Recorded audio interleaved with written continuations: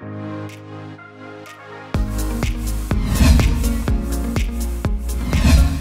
bakalan diterima atau enggak, nanti aja kalau udah diterima aku kasih tahu. Saya salah satu universitas besar juga di Indonesia.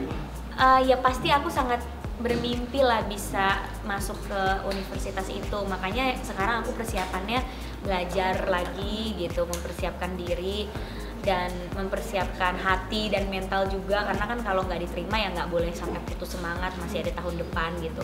Makanya ya kita lihat aja nanti, semoga untuk masa depan aku pengen membuat suatu project dan membuat suatu hal di bidang pendidikan, makanya aku ambil S2-nya pendidikan supaya ada background akademisnya juga.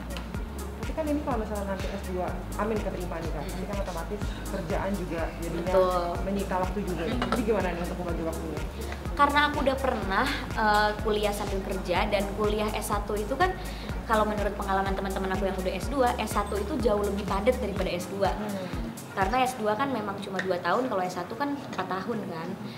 Jadi aku udah ngerasain sih 4 tahun kerja sambil kuliah, dan aku nggak ada masalah, semuanya bisa seimbang, tergantung gimana kita ngatur waktunya aja. Kecuali kalau kuliahnya di luar ya mungkin ada beberapa waktu aku kesana, terus mungkin kesini lagi buat online atau apa. Tapi ya aku yakin pasti bisa disesuaikan, semuanya diseimbangkan. Ya pasti ada yang dikurangi, mungkin syutingnya dikurangi, tapi kan nggak apa-apa, yang penting kan ada karya gitu. Ini katanya ikut. Sebenarnya aku emang daftarnya mau di luar negeri. Jadi dibocorin deh. Ya memang aku mau daftar di luar, tapi kan ada program online sekarang ya, hybrid. Jadi mungkin kesananya beberapa bulan atau beberapa semester, sisanya bisa dilakukan via online. Udah ada program itu di kampus yang aku mau, jadi ya kita coba saja. Terjun di dunia sepak bola itu aku sama aja kayak kuliah setiap hari, karena pasti setiap hari ada hal yang baru yang selama ini aku tidak bayang-bayangkan gitu. Jadi memang sebelum aku membeli klub bola itu aku nggak asal beli ya, kan orang kayak kalau komennya lagian sih beli gitu. Aku udah mempelajari bisnis modelnya selama setahun. Gimana sih ngatur klub bola, ada bisnis apa di dalamnya, nyari duitnya dari mana, karena kan klub bola itu perlu uang untuk gaji pemain, untuk gaji coach dan apa. Nah, untuk kita bisa dapat uangnya, terus dapat keuntungan itu gimana, itu udah aku pelajarin semuanya. Terus gimana bisa membangun klub bola yang sehat, yang solid gitu, yang bisa berprestasi, itu udah aku pelajarin semua. Makanya aku ngambilnya klub bola Liga 3 karena aku emang pengen dari nol. Kalau aku belum tahu apa-apa tiba-tiba ngambilnya Liga 2 atau Liga 1 kan itu aku sama aja bunuh diri ya, karena belum tahu caranya gimana, tapi udah langsung ambil tim yang gede di Liga 2, Liga 1 gitu. Makanya aku ambilnya Liga 3, dan Persikota kan juga udah punya sejarah yang panjang banget. Sambil aku belajar gitu, belajar terus. Ya itu setiap hari jadi kayak ada sesuatu yang baru apa. Dan yang masalah wasit atau apa, ya itu kan adalah suatu hal yang tidak aku bayangkan ternyata akan terjadi, tapi ternyata begitu adanya. Tapi aku positive thinking, mungkin emang wasitnya nggak lihat atau apa, kan kita nggak bisa menuduh juga itu wasit kenapa. Yang aku kecewakan, yang bikin aku kecewa adalah keputusan kontroversial wasit pada saat pertandingan. Tapi aku tidak menuduh wasit itu kenapa, ya positive thinkingnya mungkin dia emang nggak lihat kalau pemain aku sebenarnya onside, jadi dibilangnya offside. Mungkin juga terjadi apa yang di lapangan yang aku mungkin gak lihat, karena aku kan nonton dari video kan timku yang kesana. Aku nonton lewat online aja gitu, timku yang standby di sana. Ya mungkin ada sesuatu yang aku miss, jadi sampai wasitnya mungkin memberikan sanksi kartu ke coach atau apa. Kalau perlu sih perlu, tapi kan itu bukan kapasitas aku untuk ngomong perlu atau enggak ya, karena aku juga baru di bola, dan aku yakin PSSI juga udah lebih paham apa yang terjadi di sepak bola Indonesia gitu. Makanya kemarin aku kecewanya kok wasitnya keputusannya kontroversi sekali, karena kalau kita nonton kan itu pemain aku nggak kenapa-kenapa gitu. Cuma ya mungkin pas di lapangan nggak kelihatan, mungkin kita nggak bisa nyalain wasit sepenuhnya, mungkin emang nggak kelihatan pas di lapangan, jadi dibilangnya offside. Kalau di video kan kita dari atas ngelihatnya kan, jadi kelihatan. Ya aku sih berusaha untuk tetap positive thinking ya, supaya kita juga nggak stres dan nggak bingung sama apa yang terjadi. Tapi alhamdulillah direspon baik sama PSSI. Aku melihat videonya, PSSI mengadakan meeting dan akhirnya memberikan sanksi ke wasit juga. Ya alhamdulillah kekecewaannya didengar dan ditindaklanjuti. Aku sih memberikan kekecewaannya udah yang di sosial media itu, bener-bener itu, habis itu aku stop gitu, karena ya nggak mau terlalu dipanjang-panjangin juga gitu, karena aku harus mikirin tim aku juga, takutnya mereka nggak fokus sama apa yang terjadi gitu. Jadi aku lebih mikirin tim inti aku aja dulu supaya mental mereka bisa balik lagi, karena kan itu juga kasihan ya, pemain mentalnya juga terganggu lah karena kejadian-kejadian yang ada. Ya udah, jadi aku lebih fokus ke tim aku. Abis ini kita mau makan-makan, mau happy-happy, karena mereka kan udah kerja keras ya. Pokoknya yang penting pemain senang, happy, mainnya bagus, nanti kita bisa usaha lagi jadi di musim depan gitu.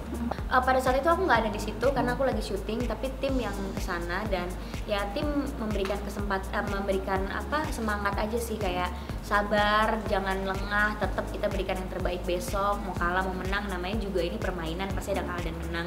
Yang paling penting adalah buat aku, oke, mungkin kita kalah sekarang, tapi pemain-pemain aku harus bangkit lagi karena kita masih harus berusaha lagi untuk musim depan. Mungkin kalau aku sih bukan Ramadan ya, tapi lebih Lebaran ya. Aku tuh suka banget jahit seragam untuk keluarga gitu. Kayak kemarin temanya udah coklat, nah tahun ini kayaknya mungkin nentuin warna gitu, nentuin warna mau apa. Terus kita tinggal lihat-lihat aja. Aku biasanya di Google atau di Instagram model-model yang lagi in gitu. Kalau aku senangnya Lebaran mungkin ya. Kalau Ramadan sih nggak ada baju khusus gitu. Cuma Lebaran sih yang aku pikirin pasti. Tapi kalau sepatu sendiri, Prilly kalau misalnya ini kan sekarang lagi sneaker, lagi musim nih. Kalau Prilly sendiri biasanya seperti apa? Aku tergantung mood. Kadang aku sneaker, tapi sekarang aku lagi pengen pakai heels, nggak tahu kenapa. Jadi aku heels gitu.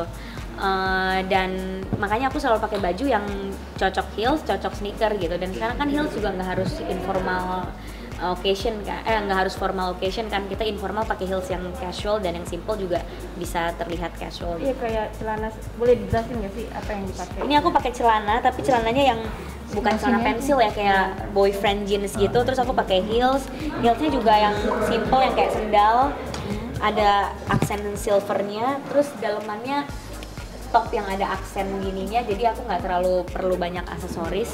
Terus kemeja udah gitu aja, kemeja.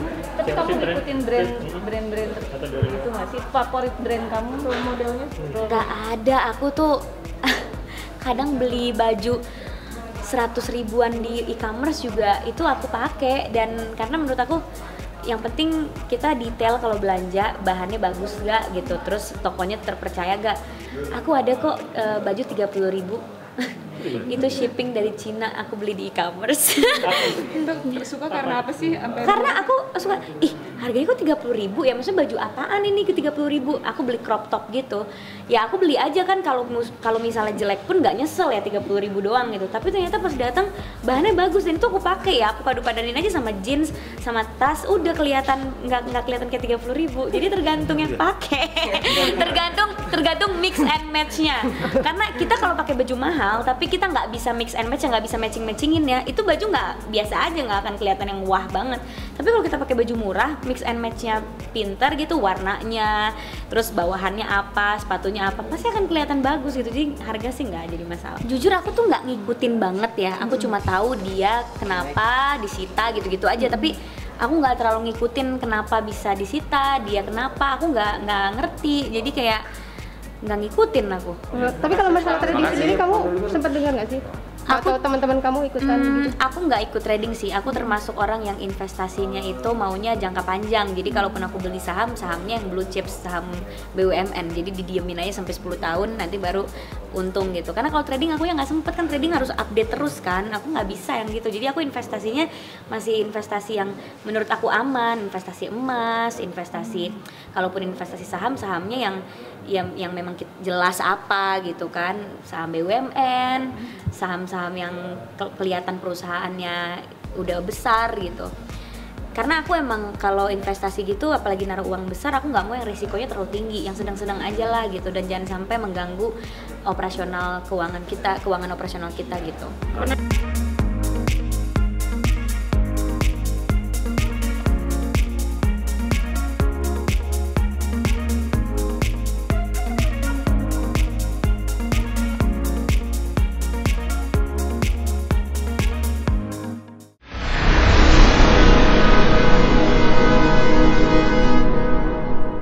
Jadi jangan lupa untuk subscribe Cumi Cumi. Ditekan ya tombol lonceng merahnya.